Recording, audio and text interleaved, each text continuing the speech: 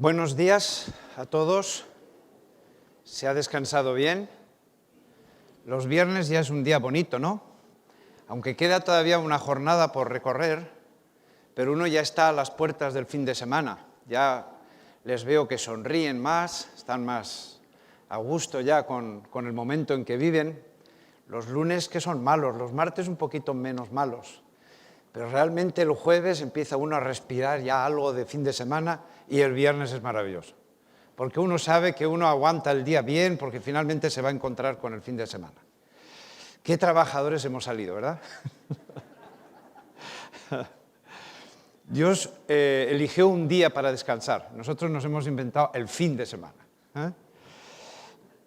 Bueno, yo creo que Dios no estaba en sus planes que tuviéramos el trabajo tan tensionado que hemos inventado, ¿no? Yo creo que el trabajo es algo que Dios puso como algo agradable. El trabajo es bonito. Cuando uno trabaja en algo que le gusta, el trabajo es delicioso, es un encanto. Cuando uno está sin hacer nada, se aburre. Pero una cosa es un trabajo en plan equilibrado y otra cosa es el estrés, la vorágine que a veces esta sociedad ha creado, ¿no? Así que hoy día parece ser que necesitamos 2 días para descansar, para el tipo de trabajo que hemos inventado, ¿no?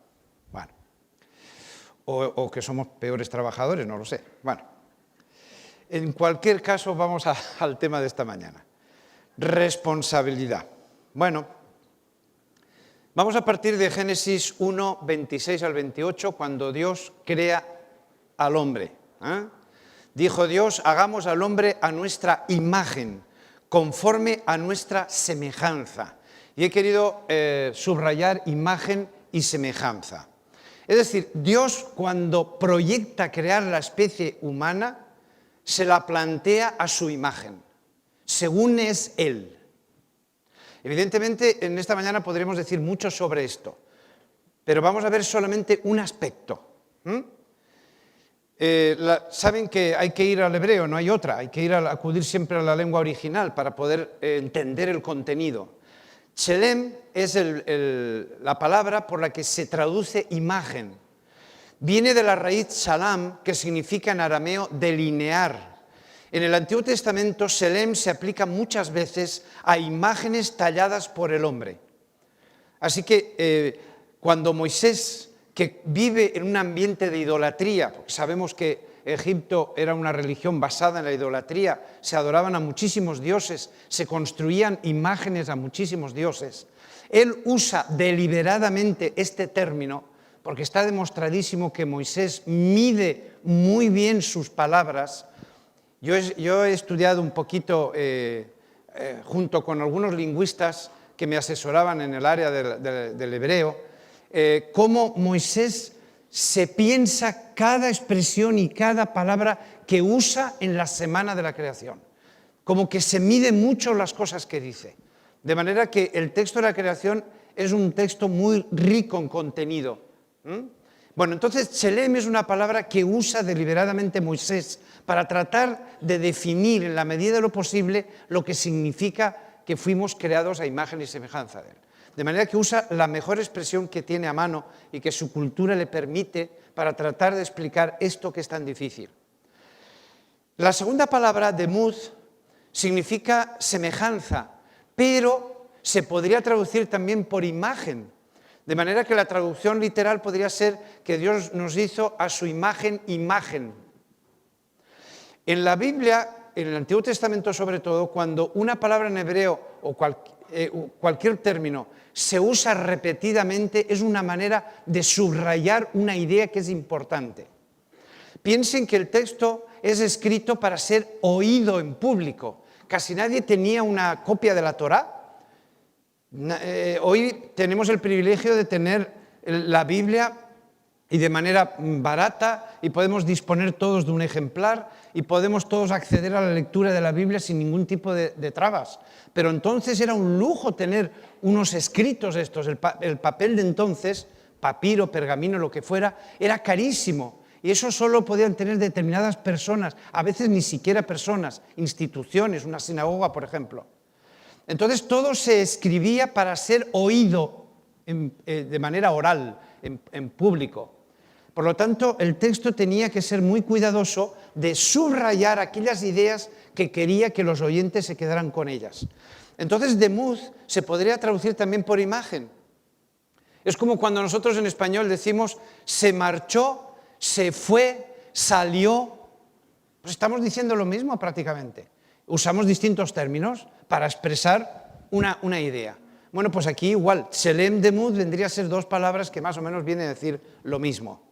Así que se podría traducir por imagen perfectamente igual que Tselem. Y además me dice algo muy interesante, porque viene de una raíz que significa estar en silencio. De hecho, demud se usa para mencionar a los animales. Los animales en la Biblia se consideran como seres mudos. Estar en silencio, mudo, porque el animal no tiene la capacidad de hablar que tenemos nuestra especie. Así que, bueno, vamos al significado cultural, porque para entender el texto, de alguna manera tenemos que entenderlo desde la perspectiva de la cultura que lo escribió. Si no, nuestra cultura, al leer eso, pues francamente no nos podemos estar enterando del contenido. Miren, las imágenes en la cultura griega y romana eran una copia de la realidad. Mientras que en la cultura del Antiguo Oriente las figuras eran estereotipadas, que no querían ser retratos, sino un contenido más bien ideológico o caracterológico. Una imagen representaba una serie de cosas, era un símbolo, no pretendía imitar a una realidad. Yo recuerdo cuando me enteré de que los faraones usaban las mismas estatuas de sus ancestros, simplemente borraban el nombre y se ponían el suyo. Yo decía, pues qué barbaridad, ¿no? Es decir, imagínense Ramsés I, una estatua de Ramsés I y abajo el nombre Ramsés I. Luego llegaba Ramsés II, borraba el nombre o simplemente le agregaba un palito más, si estuviéramos hablando en lengua latina, y ya tendríamos Ramsés II. Para nuestra cultura eso es una barbaridad. ¿Cómo puede ser que la estatua de un faraón le sirva para otro? Pero eso es nuestro concepto occidental que hemos heredado de la cultura griega. Para nosotros una estatua de un personaje tiene que parecerse en todo lo posible a ese personaje. Entonces nosotros no podríamos entender que en un busto de no sé quién prócer viniera otro, que borrara el nombre y pusiera... Eso no tiene sentido, porque para nosotros las estatuas tratan de representar fielmente lo que pretende. Por ejemplo, nosotros nos decimos, qué barbaridad que los israelitas construyeran un becerro de oro para adorarlo. Es que ellos no estaban adorando una vaca. Para nosotros estaríamos adorando una vaca, pero no para ellos. Porque para ellos una estatua representaba algo, pero no era una imagen real de ese algo. Para nosotros una estatua, si nosotros vemos una vaca, estamos viendo una vaca, y si nos arrodillamos ante una vaca, es un animal. Pero ellos no, la estatua representaba un concepto de un Dios determinado. Entonces eso a nosotros nos cuesta a veces entender cómo podía ser que en el Antiguo Testamento la gente adorara a animales. Bueno, los animales eran simbólicos, representaban a sus dioses, pero no eran los dioses. Entonces, ¿qué significa imagen? Que fuimos hechos a imagen de Él. Significa que nosotros adquirimos con esa imagen la autoridad que Dios tiene frente a su reino. Dicho de otra manera, nosotros somos, entre comillas y en minúscula, el Dios de esta tierra.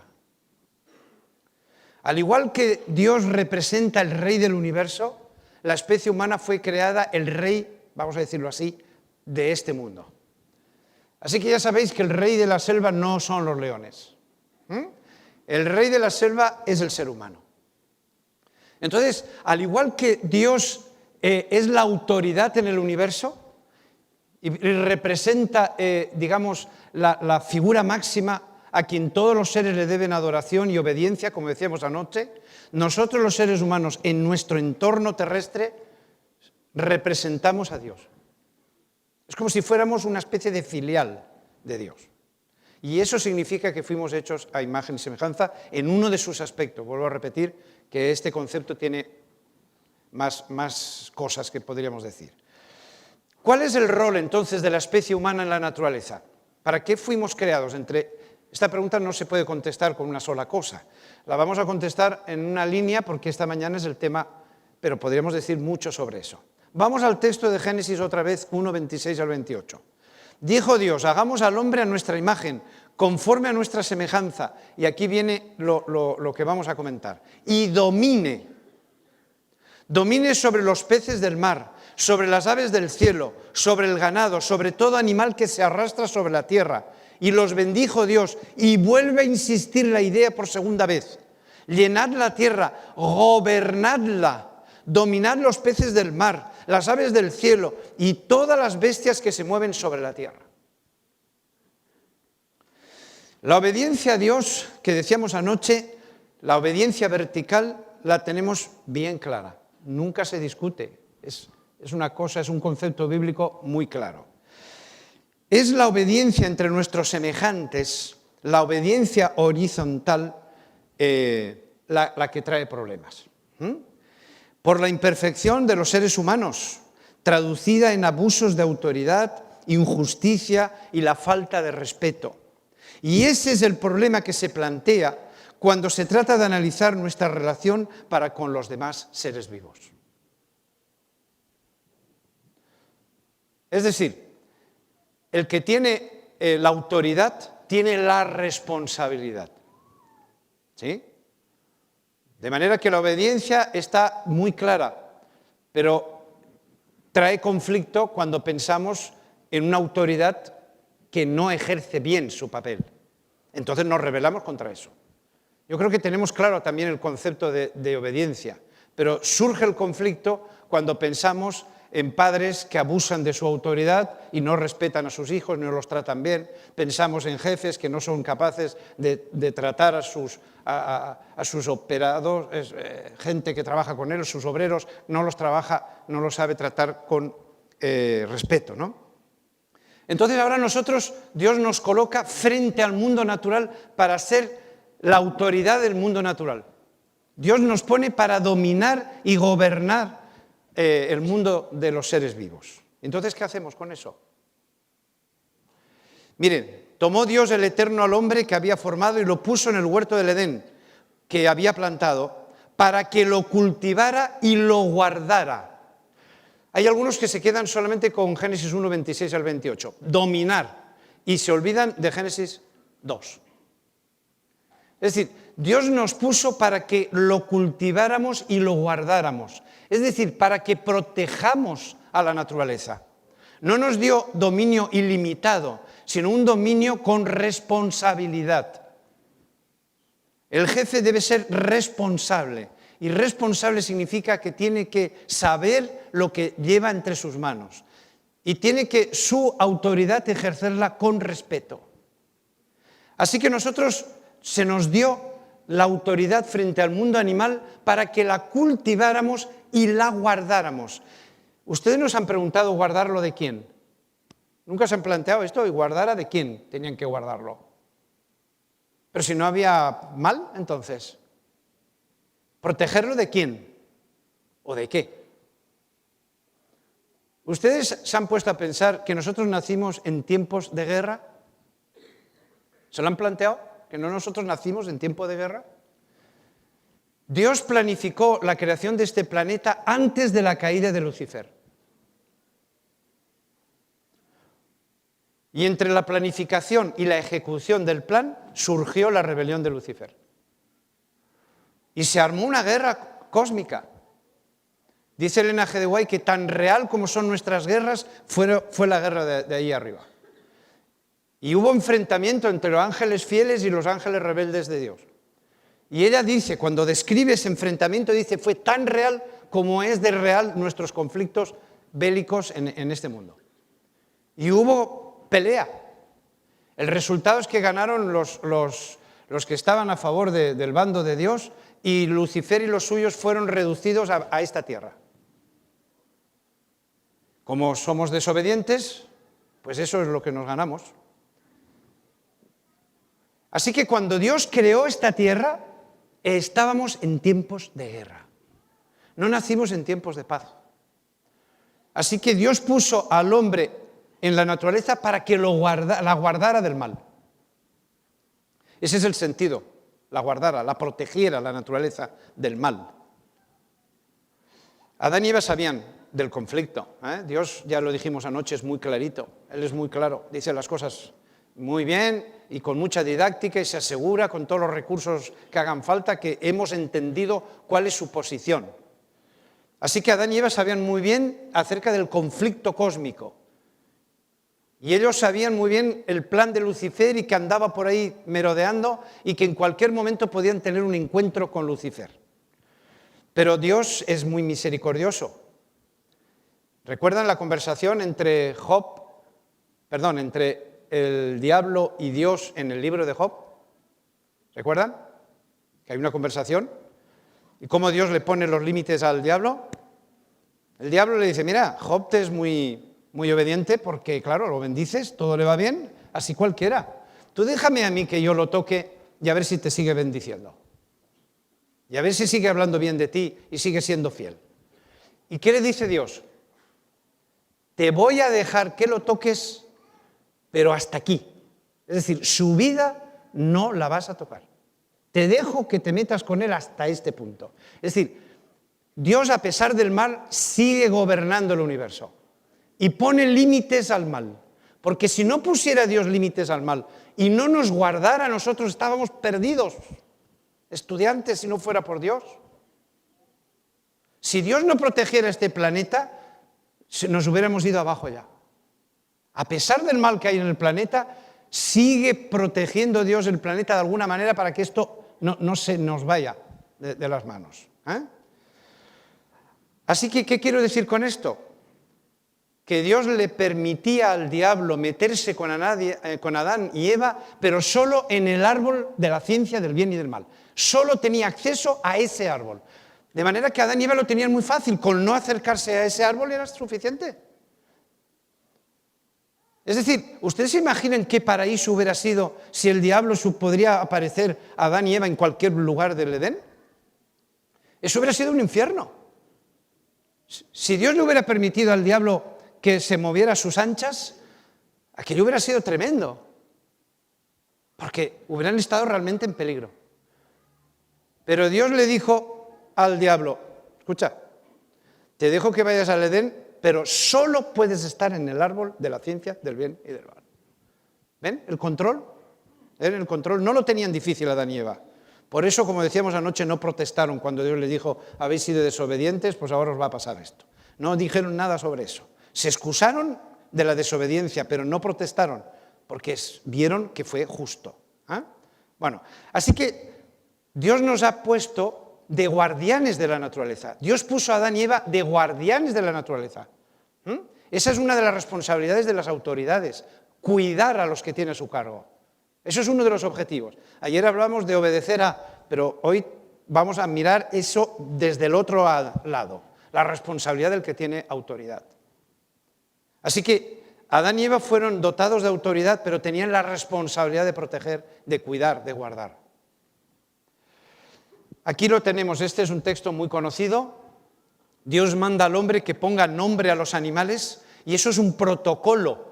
La creación está cargada de protocolo, algún día puede ser que hablemos del protocolo. Es increíble el protocolo que Dios sigue en la creación. Y uno de los momentos de protocolo es cuando le hace pasar a los animales delante de Adán para que le ponga nombre. Eso es una manera de darle autoridad. Porque ¿quién pone nombre a las cosas? El que tiene autoridad para ello. Yo no puedo ir a Montemorelos y cambiar el nombre de una calle. ¿Pero tú quién eres para hacer eso? Eso solo lo puede hacer la autoridad reconocida socialmente, ¿no? Yo sí puedo poner nombre a mis hijos, porque yo tengo autoridad para ello, aunque luego los hijos son libres para cambiar el nombre si así lo desean. Ustedes ya lo saben, que se puede cambiar el nombre. Pero normalmente la mayoría de nosotros solemos guardar ese nombre durante toda nuestra vida. Entonces, cuando nace una nueva criatura, los padres le ponen nombre a ese hijo o hija porque tienen autoridad para hacerlo. Ustedes fíjense que a lo largo de la semana de la creación, Dios pone nombre a unas cosas, pero no le pone nombre a otras. Por ejemplo, Dios le puso nombre a nuestra especie, Nuestra especie se llama Adán. Ese es el nombre que Dios nos puso a nosotros. Que de paso, hemos perdido el nombre, porque no sabemos cómo ponerle a nuestra especie. Caballo, pantera, gato. ¿Ven? Que todas las especies tienen un nombre. ¿Y nosotros?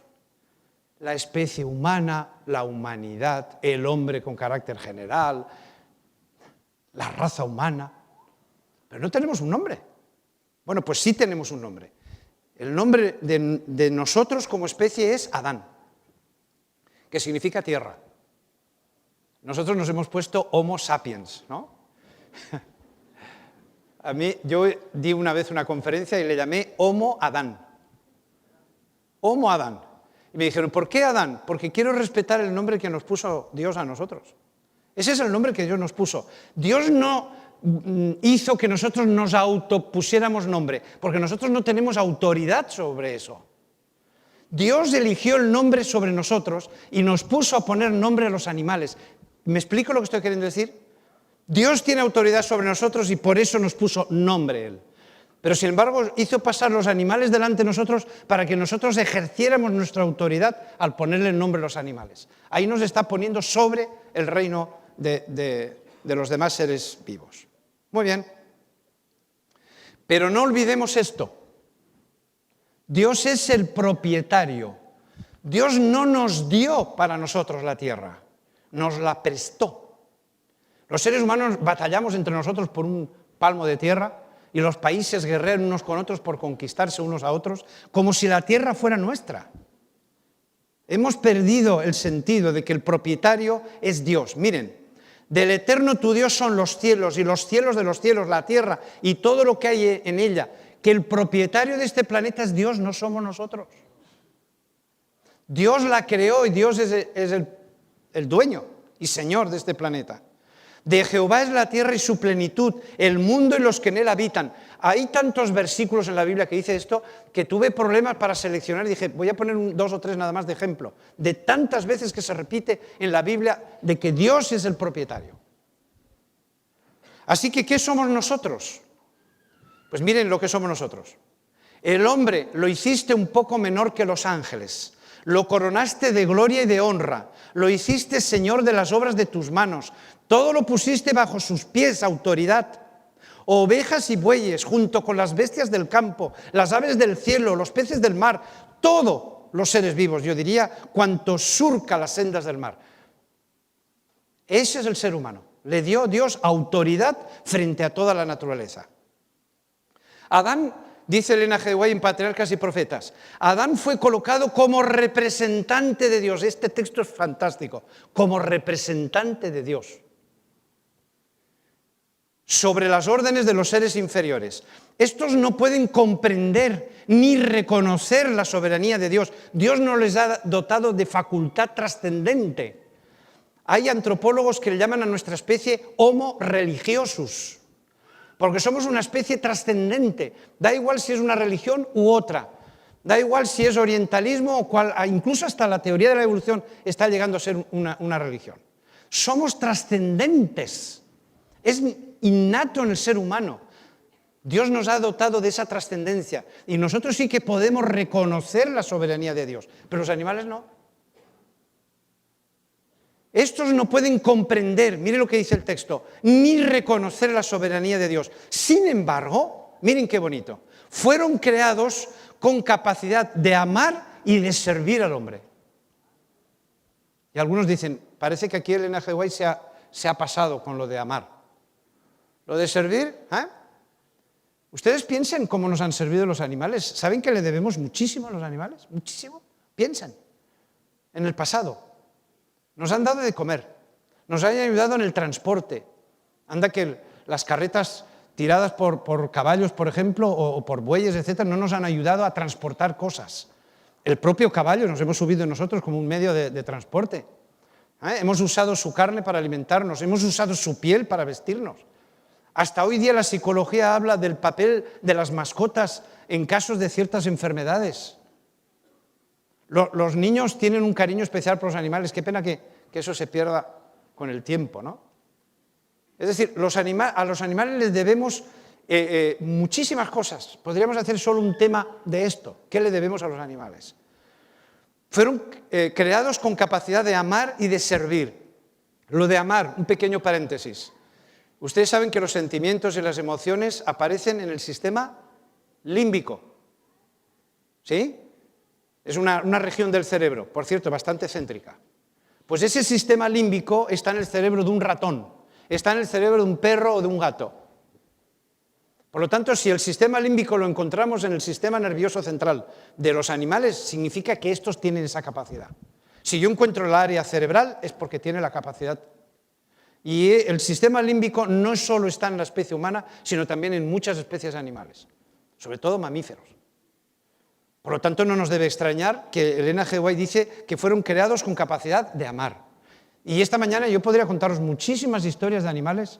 Se nota el amor de ellos. Ustedes conocerán de las mascotas del perro las historias que se cuentan en su relación con sus amos, sus dueños, ¿no? Es increíble las cosas que estos animales pueden hacer por amor. Pasa que nos cuesta utilizar esa palabra en el mundo animal. Ya hablaremos mañana sobre el amor. Pero ellos fueron creados con capacidad de amar y de servir. Es decir, son nuestros obreros, los animales. Mientras, esto es claro, mientras permaneciesen leales a Dios, Adán y su compañera iban a ser los señores de la tierra. Miren qué frase tan bonita, los señores de la tierra. El rey de la selva, nuestra especie. Recibieron dominio ilimitado sobre toda criatura viviente, los señores de la tierra. Me gusta esa frase. Lo que pasa es que esa frase entraña responsabilidad, que es el título del tema de esta mañana. Es decir, está muy bonito, a ti te toca mandar, pero si supieras la responsabilidad que eso implica, no sé si aceptarías. Y Adán y Eva fueron irresponsables.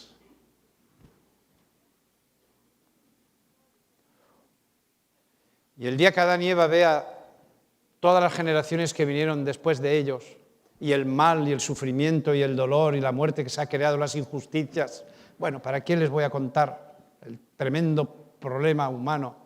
Cuando Adán y Eva vean eso, si es que se salvan los dos, no sabemos de Eva, sabemos de Adán, pero no sabemos de Eva, Dios quiera que también, por supuesto. Cuando ellos vean las consecuencias de su mal proceder, no sé si va a ser un día muy feliz para ellos. Va a ser un día feliz porque va a haber la de gente que se salvará, porque van a haber muchos que se van a salvar. Pero no sé si el recuerdo de los que se han quedado fuera va a ser un día totalmente feliz, ¿no? Y al hombre le dijo Dios, por cuanto comiste del árbol que te había prohibido, maldita será la tierra por tu causa. En amarillo lo he querido subrayar, maldita será la tierra por tu causa. No has sido responsable de cuidar y guardar la naturaleza, pues ahora tu pecado va a tener consecuencias sobre la naturaleza. Y algunos me han dicho, ¿y qué culpa tienen los animales? Porque los animales no pueden ser ni buenos ni malos. O sea, yo no puedo meter en juicio a un animal porque se ha portado mal. Esa capacidad moral es también propia de la especie humana. Es otra capacidad que tiene el ser humano que no tienen los animales. Nosotros somos una especie moral, ética. Pero los animales no. Entonces, ¿qué culpa tienen ellos del mal proceder humano? Es que si nosotros vemos que el ser humano es, digamos, la autoridad frente al mundo animal, si cae el jefe, cae el grupo, caen los demás. Maldita será la tierra por tu causa, espinos y cardos te producirá. A causa del pecado del hombre, dice Patriarcas, la creación entera gime juntamente con nosotros y aún está en dolores de parto hasta ahora. Así cayeron los sufrimientos y la muerte, no solamente sobre la raza humana, sino también sobre los animales. El peso del padecimiento que su transgresión ha impuesto a los seres creados por Dios. No solamente morimos nosotros, mueren también los animales. No solamente nosotros sufrimos, sufren también los animales. Es decir, el mal se corrió de nosotros a ellos. Miren, problemas ambientales, ¿qué les voy a contar que no sepan? Deforestación por incendios, por talas, por consumos exagerados de productos forestales, por explotación agrícola y ganadera, por incendios, pérdida de biodiversidad, estamos perdiendo especies constantemente, por desaparición, por lo tanto, alteración de hábitats naturales, por introducción de especies nuevas ajenas a un ecosistema determinado, por intereses económicos, por sobreexplotación. Estos son los males que hemos metido en la naturaleza. Por comercio de especies, porque enseguida le encontramos la parte económica, que somos bien egoístas, somos una especie bien egoísta además. Entonces estamos destruyendo la naturaleza. Menos mal que los ecologistas están haciendo algo de freno y estamos de alguna manera entrando en conciencia de que eso no está bien. Si no, nos hubiéramos cargado el planeta en 2 días. Sobreexplotación, agotamiento de los recursos naturales, residuos, basura, increíble la basura que generamos. Como no nos hemos planteado lo que les hablé el otro día, de crear una industria que sea capaz de hacer algo con los residuos, nosotros queremos fabricar tal producto y ya nos da igual, los desechos ya veremos, o los enterramos, los tiramos en el fondo del mar, yo qué sé. Lo que nos interesa es producir eso, pero nadie se preocupa qué hacer con los desechos. Y hay problemas de litigio con los países, con los gobiernos. A veces no sabemos qué hacer con tanta basura y la queremos llevar a algún sitio para enterrar, pero cuando tú vas a ese sitio, los de ese sitio se quejan porque no quieren ser un estercolero, no quieren que tú le entierres la basura en su casa. Pero no habría esto si nos hubiéramos planteado una industria ecológica. Yo ya les mostré que la naturaleza es una industria, está produciendo constantemente, recuerden lo que hablamos de la producción, todo el planeta es productor, pero Dios se planteó a la hora de hacer la industria natural, qué hacer con la basura, y la hizo de tal manera sabia, que ya lo hemos comentado, como el oxígeno, el anhídrido carbónico, etcétera, que lo que expulsa una fábrica lo aprovecha la otra fábrica. Por lo tanto, los desechos que salen de la fabricación de un producto se llevan a otra fábrica porque son la materia prima para fabricar otra cosa. Todo es aprovechable. Nosotros somos capaces de generar basura que no sabemos qué hacer con ella. Alguna ni es biodegradable, entonces eso se amontona y contamina y ahí está. Un enorme despilfarro, además, a nivel económico, de aprovechamiento de la naturaleza, en fin, desproporcionado. Y encima somos cada vez más. Aumento de la basura no biodegradable, todo esto lo conocen. La contaminación del agua, la contaminación del suelo, la contaminación de la atmósfera. Por ejemplo, consecuencias de la contaminación atmosférica, por poner un ejemplo. Smog o niebla por acumulación de gases contaminantes. Hemos fabricado coches que emiten humo y no sabemos qué hacer con el humo. Hemos creado industrias que echan humo a la atmósfera y no sabemos qué hacer con eso. Entonces, como queremos producir, que está muy bien, entonces se genera muchísima basura y cada vez se acumula más en el aire, en el agua, en el suelo, y en fin. La lluvia ácida, incremento del efecto invernadero, esta temperatura media que está subiendo, que está derritiendo los glaciares de las montañas, que está reduciendo los casquetes polares. Vamos, que nos vamos quedando sin agua dulce. Esto es un drama, nos estamos quedando sin agua dulce. En fin, y hacer agua dulce del agua salada es muy caro. Porque algunos dicen, bueno, con tanta agua que hay en el océano, pues saquemos de ahí agua dulce. Es carísimo el proceso, carísimo, por eso no se hace. Bueno, se hace en algunos casos muy puntuales, pero es muy caro económicamente hablando. Se destruye la capa de ozono, así que cada vez estamos más desprotegidos de las radiaciones solares. Bueno, quiero pararme un poquito en el maltrato a los animales. Volvemos otra vez al tema del dominio, del gobierno, de la autoridad del hombre frente a los demás seres. Y vamos a comentar el caso de Balaam. Es una historia que ustedes y yo conocemos muy bien. Balaam se levantó, dice Números 22, por la mañana, enalbardó su asna y fue con los príncipes de Moab. Ustedes conocen el contexto. Pero el furor de Dios se encendió porque él iba y el ángel del Eterno se puso en el camino por adversario suyo. Él iba montado sobre su asna y con él 2 de sus criados. Miren lo que pasó, que ya lo conocen, es reflexionar nada más sobre eso. El asna vio el ángel, pero no lo vio él. Lo vio el animal, pero no lo vio él. Así que el asna vio al ángel en el camino, con la espada desnuda en su mano, no sabemos qué significa esto, y se apartó del camino. El animal tuvo miedo de seguir, porque había alguien interceptando el camino, y además con un aspecto amenazador. E iba por el campo, imagínense, abandona el camino y va campo a través.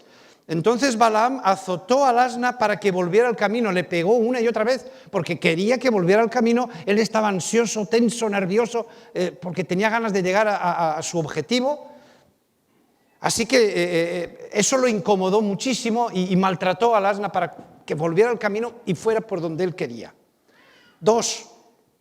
El ángel, una segunda vez, se puso en una senda de viñas que tenía pared de un lado y del otro. Esto yo lo he visto, ya les he comentado varias veces que procedo del Mediterráneo, donde hay muchos viñedos, y ese tipo de muros los he visto muchas veces. Así que los muros van señalando las fincas y hay caminos entre muros.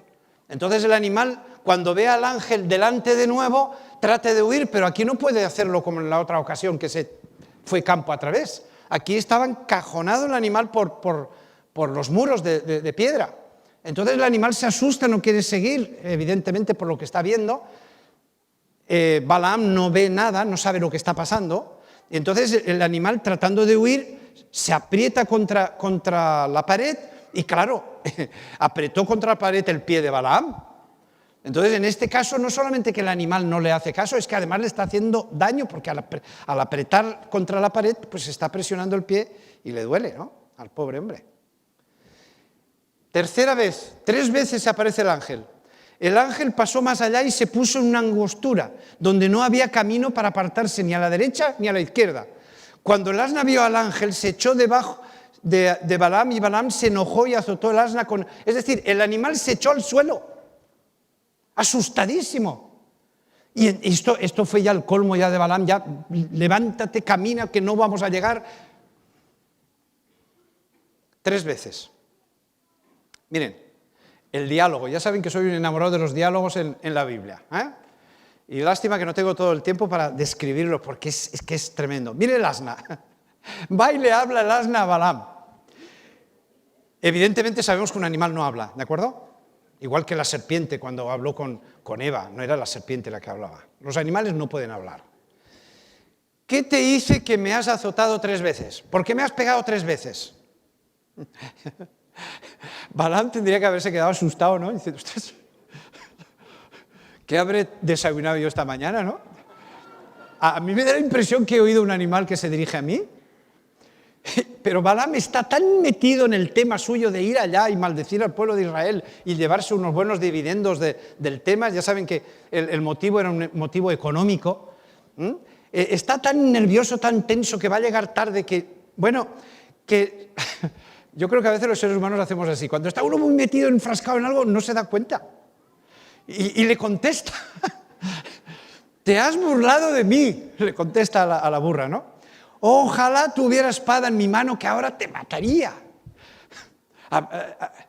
Hablándole al animal. Y ahora va el animal y le contesta. Miren qué diálogo.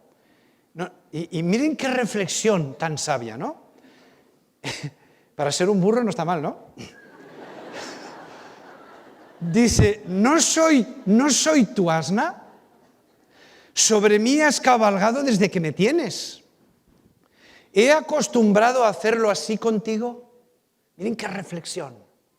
Es que no he sido el animal que te ha acompañado durante, no sé cuánto tiempo tendría Balaam ese animal. ¿No he estado contigo tanto tiempo? ¿Yo te he desobedecido alguna vez? ¿No he sido un animal muy respetuoso contigo? Te he servido, te he transportado. No sé si a Balaam usó la burra alguna vez también para transportar cosas y ayudarle a transportar peso. Yo no me he portado nunca mal. ¿No se te ocurre pensar qué está pasando aquí? Tan inteligente que eres como ser humano, ¿no se te ha ocurrido pensar que aquí está pasando algo que no es normal? ¿Por qué no te pones a reflexionar? Tenía que haber dicho, ¿por qué no te pones a pensar un poco? Anda. No te lo voy a decir, a ver si encuentras el motivo de lo que está pasando. Es una reflexión muy bonita. No soy tu animal, sobre mí has cabalgado, es decir, no te he servido. ¿No te he servido bien siempre? Pues el hecho de que no te estés sirviendo en este caso es porque está ocurriendo algo. Y como ser inteligente que eres, deberías de estar empezando a darle vueltas a la cabeza en lugar de contestarme lo que me has contestado antes. Y Balaam le contesta, no. O sea, no en el buen sentido, está reflexionando. Dice, es verdad, no. Sobre mí, no te has portado mal.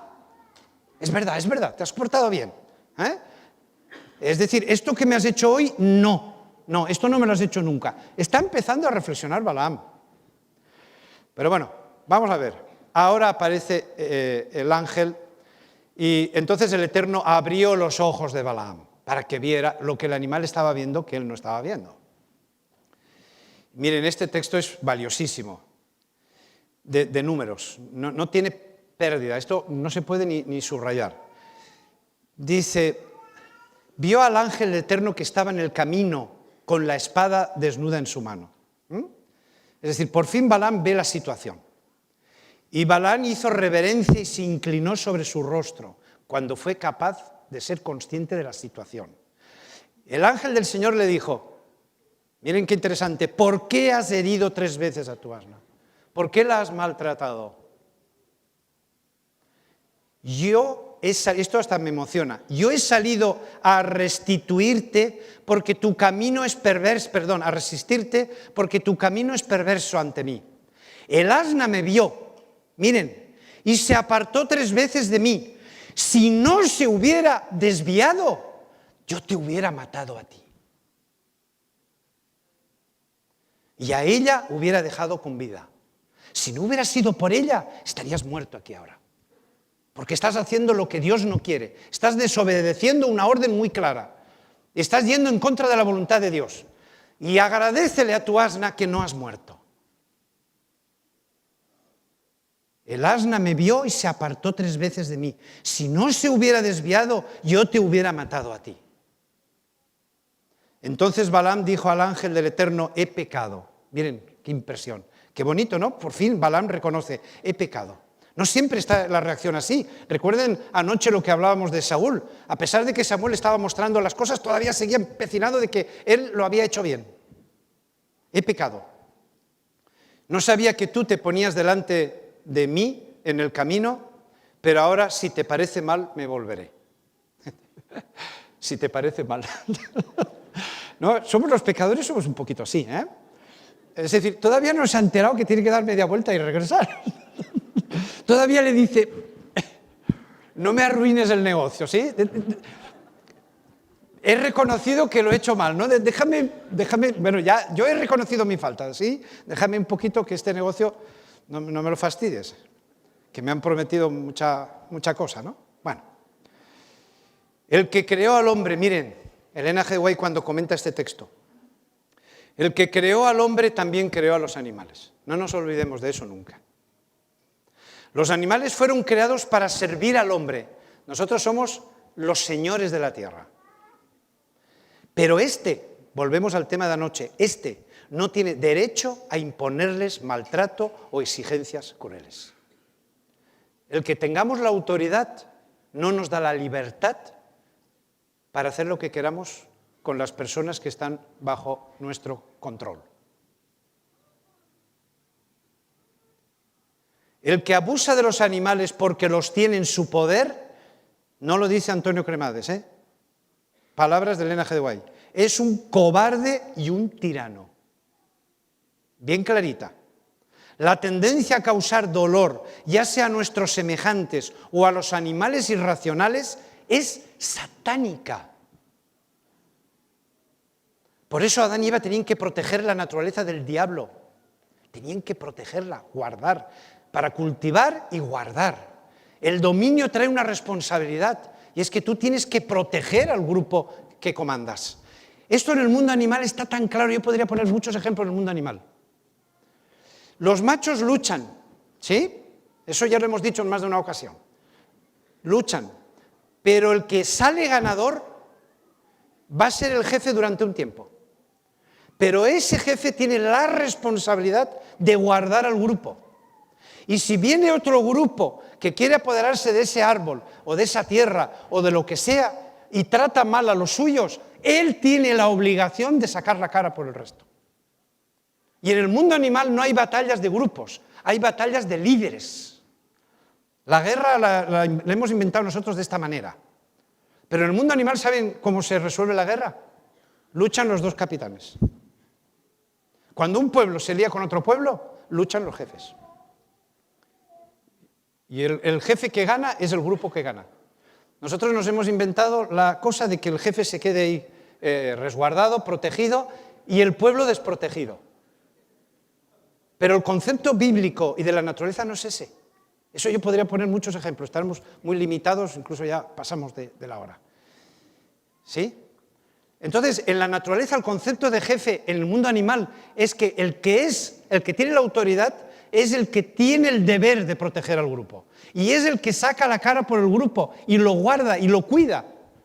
Tú ves a un grupo de gorilas, ¿de acuerdo? Donde hay varios machos, varias hembras, los machos suelen ser más jovencitos, hay crías y están en una zona. Y tú trata de meterte con uno de ellos, te metes con el macho alfa y va a por ti. Tú métete en un grupo de elefantes, que hayan hembras criando y demás. El macho alfa va a por ti. Hay cantidad de historias que podría contar, pero va por ti para defender el grupo. No dice el jefe, grupo, venga, vamos a atacar al otro grupo. Y el jefe se queda aquí y ve cómo... Eso no ocurre en la naturaleza, hermanos, no ocurre en la naturaleza. El jefe tiene la responsabilidad de sacar la cara por el grupo, defender y guardar al grupo. Así que si Dios nos puso como señores de la tierra, tenemos la responsabilidad de cuidar, guardar y proteger esa naturaleza que Dios puso bajo nuestros pies, ¿no? Muchos creen que nunca será conocida su crueldad, porque las pobres bestias no las pueden revelar. Pero si los ojos de esos hombres pudieran abrirse, como se abrieron los de Balaam, verían a un ángel de Dios de pie como testigo, para testificar contra ellos en las cortes celestiales. Esto es muy serio, no es una anécdota esto de los animales. Asciende al cielo, miren, un registro, y vendrá el día cuando el juicio se pronunciará contra los que abusan de los seres creados por Dios. Tremendo esto. No es una cosa de los verdes o de los ecologistas y que hay que cuidar, bueno, sí, necesitamos... ¿Ustedes se han dado cuenta que todos los eslogans que hay ecologistas son siempre de tono egoísta? Cuida al árbol porque lo necesitas para vivir. O sea, que yo tengo que cuidar la naturaleza por egoísmo. No, la tengo que cuidar por responsabilidad. Vamos a pasar todo esto. Finalmente hemos comentado esto. Miren, este texto de Jesús es nuestro modelo. Siempre me gusta saber qué hace Jesús en estos casos. Jesús era la fuente de la misericordia sanadora para el mundo. Eso lo sabemos. Y durante todos aquellos de reclusión en Nazaret, esos 30 años que nos encantaría más de uno de saber cómo era Jesús cuando era joven, y durante todos aquellos años de reclusión en Nazaret, su vida se derramó en raudales de simpatía y ternura. Miren cómo era Jesús de joven. Los ancianos, los tristes, los niños, los pequeños seres de los vergeles, está hablando de los animales, las pacientes bestias de carga, todos eran más felices a causa de su presencia. Hasta los animales eran felices con su presencia, porque era tierno, sabía tratar a los seres inferiores, ¿no? A los animales. Aquel cuya palabra sostenía los mundos, el Creador, podía agacharse, miren cómo lo dice, podía agacharse a aliviar un pájaro herido. Es decir, no solamente sufría con el dolor humano y trató de curar las enfermedades y resucitar en algunos casos, etc. No solamente tuvo misericordia de nosotros, sino que también tuvo misericordia de los otros seres que están bajo nuestro dominio. Miren, es que esta frase me encantó tanto. Aquel cuya palabra sostenía los mundos, estamos hablando del creador del universo, podía agacharse a aliviar un pájaro herido. No había nada tan insignificante que no mereciese su atención o sus servicios. ¿Ese era Jesús? Ay, hemos perdido tanto con la cultura del pecado, hemos perdido tanto de la cultura del universo. Miren qué sensibilidad San Francisco de Asís. Llamaba a los animales hermanos y hermanas, pues todas las criaturas provienen de la misma fuente y por tanto, en cierto sentido, entiéndanme bien, en cierto sentido, todos somos miembros de una familia. Porque finalmente nosotros fuimos creados por Dios, pero los animales también. Así que tenemos el mismo padre, ¿no? Aquí tenemos el filósofo Arnaud, de Ecología Profunda, lo comentamos el primer día. hay muchísimos movimientos que tienen una sensibilidad hacia la naturaleza increíble. Se están desarrollando muchos movimientos como este de ecología profunda. No se preocupen que esto lo pasamos en 2 minutos. Así que es razonable preguntarse a algunos, ¿dónde están las religiones? Dicen algunos, ¿dónde están? Miren, aquí tenemos a Carl Sagan, es un científico. Es razonable preguntarse, ¿dónde están las religiones establecidas, los posibles religiosos de pensamiento independiente? La sensación de que este es un mundo que vale la pena cuidar. Me parece que es algo que podía estar en base de las religiones. Es decir, ¿qué hacemos como personas que creen en Dios? ¿Qué hacemos? Y entonces la naturaleza, quiero terminar con este texto, el anhelo ardiente de la creación es el aguardar la manifestación de los hijos de Dios. La creación fue sujetada a vanidad, no por su propia voluntad, porque la naturaleza no pecó, sino por causa del que la sujetó en esperanza. Por tanto, también la creación misma será libertada de la esclavitud de corrupción a la libertad gloriosa de los hijos de Dios. Así que la segunda venida no solo la estamos esperando nosotros, sino también la anhela la naturaleza. Que Dios nos ayude a desarrollar una sensibilidad para la naturaleza, que nos haga buenos señores de la tierra. Amén.